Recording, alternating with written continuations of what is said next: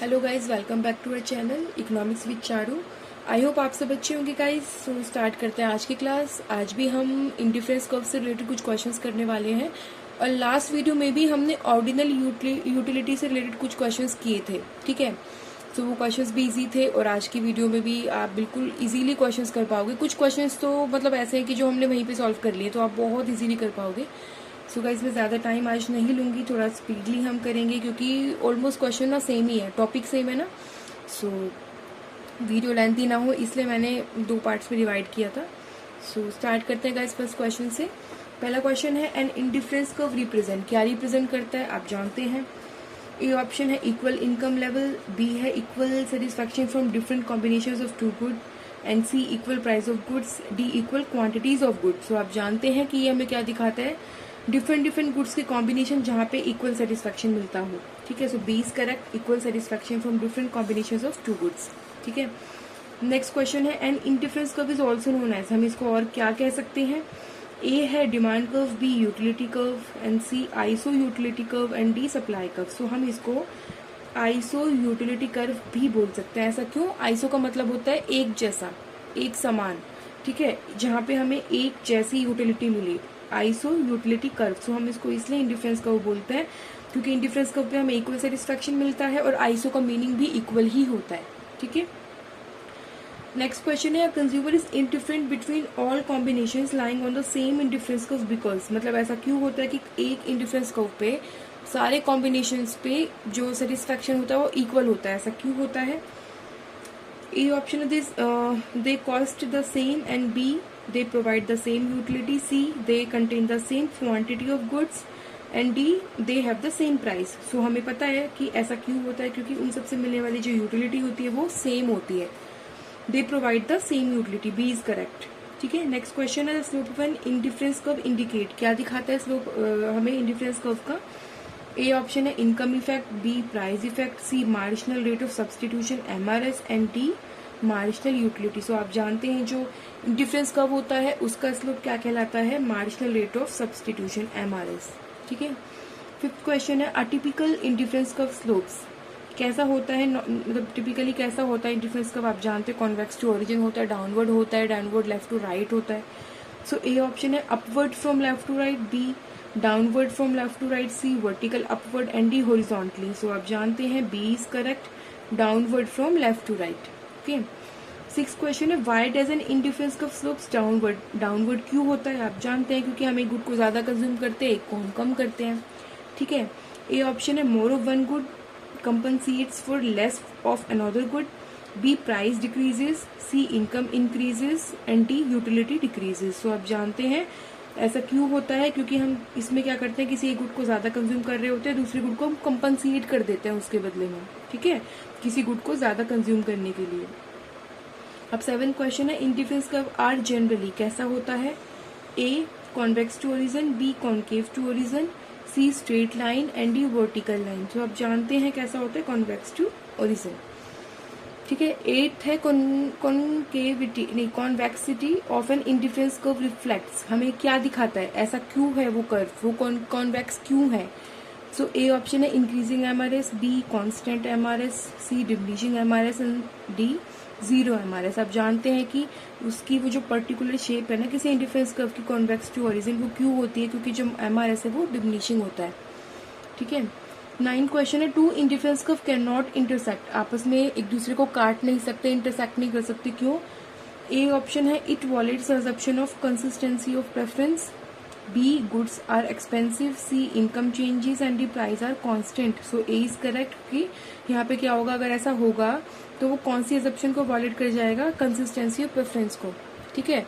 जैसे आप वीडियो देखिएगा उसमें आप बिल्कुल अच्छे से समझ पाएंगे इस चीज़ को कि अगर जैसे हमारे जो इंडिफरेंस कर्व है वो ऐसे होता है, अगर बाई चांस को इंडिफरेंस कर्व ऐसे हो, इस तरीके से आपस में कट कर रहा हो, अब जैसे कहने को ये IC1 था और ये वाला IC2 था, ठीक है, यहाँ पे कोई कॉम्बिनेशन है IC1 पे A और इस पे C, मतलब इन दोनों कॉम्बिनेशन में वो कंफ्यूज रहेगा क्योंकि देखा जाए तो IC2 पे C कॉम्बिनेशन है, ठीक है, C को वो ज़्यादा कंज्यूम करना चाहिए क्योंकि ज़्यादा हायर कॉम्बिनेशन है, वो हायर IC कर्व है वो, लेकिन ऐसा कर नहीं पाएगा क्योंकि IC1 इस टाइम पे उससे अपर शिफ्ट हो रहा है और IC2 उससे नीचे है, लोअर है। तो मतलब बहुत कुछ यहाँ पे क्या होगा, सब कुछ मिक्सअप और सब कुछ बहुत कन्फ्लिक्ट करेगा, ठीक है।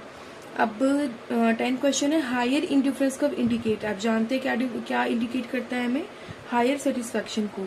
सो ए ऑप्शन है lower satisfaction, B same satisfaction, C higher satisfaction and D zero satisfaction. So C is correct, higher satisfaction. So next question है हमारा, which of the following is not a property of an indifference curve. कौन सी property नहीं है indifference curve की। A option है downward sloping, B convex to origin and C intersect each other and D है higher curve shows higher satisfaction. So ये सारी चीजें हैं, डाउनवर्ड भी होता है, कॉन्वेक्स भी होता है, हायर कर्व हायर सेटिस्फैक्शन को शो करते हैं बट इंटरसेक्ट नहीं करते, ठीक है। So according to this C is correct. And 12th है, if MRS diminishes the indifference curve becomes. जब MRS डिमिनिशिंग होता है तो इंडिफरेंस कर्व कैसा बनता है, कॉन्वेक्स बनता है, और जब कांस्टेंट होता है तो स्ट्रेट लाइन बनता है, और जब इंक्रीजिंग रहेगा तो कॉन्केव बनेगा, ठीक है। सो इसमें कॉन्वेक्स बनेगा, so B is correct. 13 question है, a higher indifference curve lies. Higher indifference curve कहाँ पे लाई करता है। ए ऑप्शन है टू द राइट और लोअर कर्व पे, नहीं। B below a lower curve, no. C to the right of lower curve and D coincide with the lower curve. देखो lower curve पे तो वो करेगा ही नहीं, बट हाँ राइट साइड करेगा लोअर कर्व के, ठीक है। सो सी इज करेक्ट। देखो जैसे अगर ये वाला है, सो ये इसका लोअर है ना, इस लोअर से राइट साइड वाला जो कर्व होगा वो हमें हायर सेटिस्फैक्शन को दर्शाएगा। एंड 14 क्वेश्चन है, the assumption behind indifference curve analysis is. कौन सी अजम्पशन होती है इंडिफरेंस कर्व के पीछे। ए ऑप्शन है ऑर्डिनल यूटिलिटी, बी है कार्डिनल यूटिलिटी, सी है मॉनेटरी यूटिलिटी एंड डी है मार्जिनल यूटिलिटी ओनली। आप जानते हैं कि इंडिफरेंस कर्व्स तो हम ऑर्डिनल में ही पढ़ते हैं, ठीक है। 15 क्वेश्चन है, if two indifference curve intersect it would violate. अगर आपस में इंटरसेक्ट करेंगे तो कौन सी चीज को वॉयलेट करेंगे। ए है लॉ ऑफ डिमांड, बी है लॉ ऑफ सप्लाई, सी है ट्रांजिटिविटी अजम्पशन एंड डी है law of diminishing utility. So आप जानते हैं ट्रांजिटिविटी अजम्पशन को वो क्या करेंगे, यहाँ पे वॉलेट्स कर जाएंगे। एंड 16 क्वेश्चन है, the shape of an indifference curve for perfect substitute. ये भी हमने लास्ट वीडियो में पढ़ा था। सब्स्टिट्यूट गुड्स के लिए कैसा होता है, स्ट्रेट लाइन होता है, ठीक है। The shape of an indifference curve for perfect complement, complements के लिए कैसा होता है, रेक्टेंगुलर होता है, एल शेप्ड में होता है, ठीक है। और मैंने आपको उसमें समझाया भी था कि perfect complement and perfect substitute कौन से गुड्स होता है, ठीक है। 18 क्वेश्चन है, the rate at which a consumer is willing to sacrifice one good for another is called. क्या कहलाता है वो रेट, वो रेट कहलाता है मार्जिनल रेट ऑफ सब्स्टिट्यूशन, जिस रेट पे हम एक गुड को दूसरे गुड के लिए सब्स्टिट्यूट कर देते हैं, ठीक है। So according to this C option is correct. मैंने ज्यादा टाइम नहीं लिया गाइस क्योंकि सारे क्वेश्चन मिलते जुलते हैं लास्ट वीडियो में जो क्वेश्चन हमने किए हैं। तो मैं इसे थोड़ा स्पीडली कर रही हूँ कि आप इजीली इनको कर पाओगे, ठीक है। उस वीडियो को देखोगे, पिछले टॉपिक्स को देखोगे तो फिर आप बहुत इजीली कर लोगे। एंड नेक्स्ट क्वेश्चन है, a downward sloping indifference curve shows. क्या दिखाता है डाउनवर्ड हमें। A both good are desirable, B one good is undesirable, C utility is negative and D income is increasing. So इसमें A option correct क्योंकि ये हमें दिखाता है डाउनवर्ड स्लोपिंग कि दोनों गुड्स ही यहाँ पे डिजायरेबल है, ठीक है। लास्ट क्वेश्चन है, विच स्टेटमेंट इज करेक्ट। कौन सी स्टेटमेंट करेक्ट है।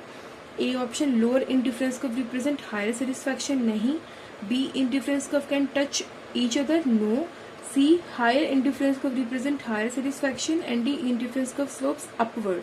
देखो आप ये जानते ही हैं कि इसमें C करेक्ट है क्योंकि हायर इंडिफरेंस कर्व जितना ज्यादा होगा उतनी ही हमारी सेटिस्फैक्शन भी हायर होती है, ओके गाइस। सो ये हमारे कुछ क्वेश्चंस थे हमारे इंडिफरेंस कर्व टॉपिक से रिलेटेड। अब इसके आगे मैं आपको कराउंडी कंज्यूमर इक्विलिब्रियम से रिलेटेड क्वेश्चंस, ठीक है, वो हम अपने नेक्स्ट वीडियो में करेंगे। आप हमारे चैनल पे बने रहिएगा और हमारे वीडियोस को लाइक और सब्सक्राइब करिएगा। मिलते हैं अपनी नेक्स्ट वीडियो में।